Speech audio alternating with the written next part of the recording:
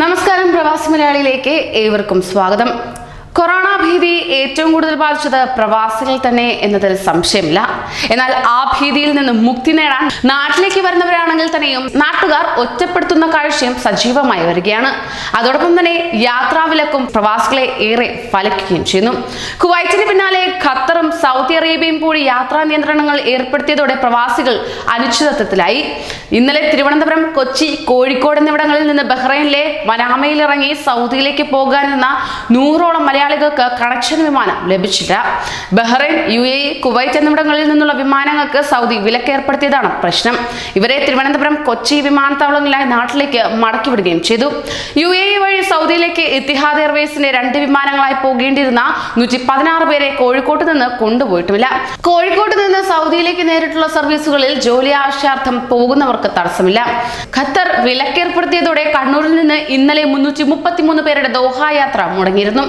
Air India express യാത്രക്കാർക്ക് മറ്റൊരു ദിവസത്തേക്ക് ടിക്കറ്റ് മാറ്റിയെടുക്കാം. ഖത്തറിൽ വിലക്ക് പ്രഖ്യാപനം വരും മുമ്പ് കേരളത്തിൽ നിന്ന് പുറപ്പെട്ടവരെ വൈദ്യപരിശോധനയ്ക്ക് ശേഷം ഇന്നലെ വൈകിട്ടോടെ പ്രവേശനം അനുവദിച്ചു. ദോഹ വഴി മറ്റ് രാജ്യങ്ങളിലേക്ക് യാത്ര ചെയ്യുന്നവർക്ക് നിയന്ത്രണങ്ങളുമില്ല. തിരുവനന്തപുരം, കൊച്ചി, കരിപ്പൂർ, കണ്ണൂർ വിമാനത്താവളങ്ങളിൽ നിന്ന് ദോഹയിലേക്കുള്ള വിമാന സർവീസുകളെല്ലാം നിർത്തിവെച്ചു. മറ്റ് ഗൾഫ് രാജ്യങ്ങളിലേക്കുള്ള സർവീസുകളും താൽക്കാലികമായി നിർത്തുമെന്നാണ് സൂചന. അതോടൊപ്പം തന്നെ ഇന്ത്യയിൽ നിന്നും നേപ്പാളിൽ നിന്നുമുള്ള പ്രവാസി യാത്രക്കാർ UAE, ബഹ്റൈൻ തുടങ്ങിയ GCC രാജ്യങ്ങളിൽ നിന്നുള്ള കണക്ഷൻ ഫ്ലൈറ്റുകളെയാണ് പൊതുവെ ആശ്രയിച്ചു വന്നിരുന്നത്. അത്തരത്തിൽ എത്തിയ യാത്രക്കാർക്കാണ് സൗദിയിൽ ഇറങ്ങാൻ കഴിയാതെ മടങ്ങേണ്ടി വന്നത്. ഇതിൽ പലർക്കും അവധി കഴിഞ്ഞ്, വിസ കാലാവധി കഴിഞ്ഞു, ഇന്നും നാളെയും ഒക്കെയായി ജോലിയിൽ പ്രവേശിക്കേണ്ടവരായിരുന്നു. എന്നാൽ വിസയുടെയും ഇക്കാമയുടെയും കാലാവധി കഴിഞ്ഞാൽ ഉണ്ടാകുന്ന ബുദ്ധിമുട്ടുകളിൽ ആശങ്കാകുലരാണ് പ്രവാസികൾ ഏവരും. ഇപ്പോഴത്തെ സാഹചര്യത്തിൽ അവധിയിലുള്ള പല പ്രവാസികളും നിലവിലുള്ള കണക്ഷൻ ടിക്കറ്റുകൾ ക്യാൻസൽ ചെയ്ത് സൗദി ഉൾപ്പെടെ നേരിട്ടുള്ള വിമാനങ്ങളെ ആശ്രയിക്കാനുള്ള ശ്രമത്തിലാണ്.